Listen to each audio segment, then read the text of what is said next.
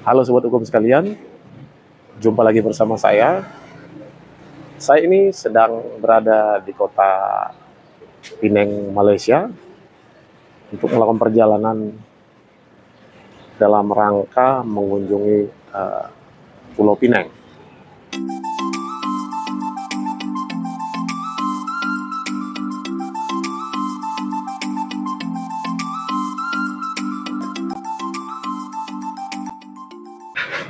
Jujur, saya sebagai warga negara Indonesia cukup takjub, bahkan dibilang takjub dengan kota ini.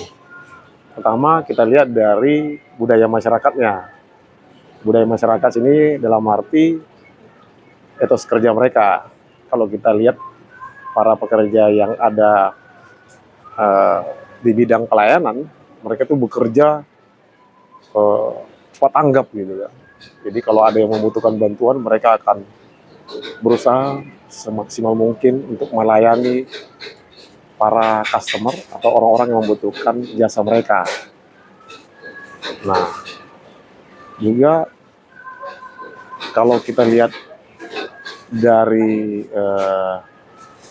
tingkat kebersihan kotanya, saya sangat takjub karena kalau kita lihat lingkungannya, hampir dikatakan tidak ada yang buang sampah sembarangan gitu kan. Coba kita lihat di Jakarta atau di negara kita gitu kan, mungkin di berbagai kota yang ada di Indonesia lainnya. Kalau kita lihat para pekerjanya di bidang pelayanan, bekerja itu kayak malas-malasan, kayak ogah-ogahan kerja. Padahal giliran gaji tidak naik, nuntut minta kenaikan gaji lah, sesuai inflasi lah, minta tunjangan lah. Nah, giliran terkena pemutusan hubungan kerja, nah langsung rame, langsung lapor di Snaker, gugat PHI. Masuk juga mengenai kebersihan. Kalau kita lihat di negara kita sendiri, orang buang sampah itu sembarangan. Bahkan kalau kita lihat di jalanan, orang yang berkendara di mobil itu buang sampah sembarangan, buka kaca, buang sampah plastik, sampah makanan, puntung rokok, sembarangan nih buangnya. Nah, di sini bisa kita katakan di sini tidak ada. Lalu yang ketiga, kalau kita lihat di sini, kalau kita makan di tempat publik gitu kan, habis makan para pengunjungnya atau pelanggannya itu beresin mejanya, rapi-rapihin, terus ditaruh di tempat yang sudah disediakan. Nah, kalau kita kan di Indonesia, termasuk saya sebenarnya, mungkin karena udah budaya atau habit, ya kalau bisa dilayani dari taruh makanan, terus piring-piring juga taruh sembarangan, buang sampah sembarangan. Nah, dan mungkin masih banyak lagi kan. Makanya tidak heran Penang, khususnya termasuk Malaysia pada umumnya, itu kemajuan negaranya sangat pesat gitu. Kalau dulu orang Malaysia itu bersekolah menuntut pendidikannya ke Indonesia, termasuk Jakarta, kalau sekarang malah kebalik gitu. Justru kita yang berbondong-bondong berkunjung ke Malaysia, ada yang menempuh pendidikan tinggi, karena tidak bisa kita pungkiri kemajuan tingkat pendidikan sini jauh lebih pesat gitu kan, termasuk pelayanan seperti rumah sakit gitu. Kalau kita lihat di rumah sakit, hampir lebih dari 50% itu pengunjung Indonesia, warga negara Indonesia. Alasannya kalau di Indonesia, kalau kita lihat, kalau kita berobat di rumah sakit Indonesia, itu biaya dokternya, konsultasi dokternya itu mahal. Belum lagi penyakitnya atau analisis atau diagnosa dokter itu seringkali nggak jelas gitu kan.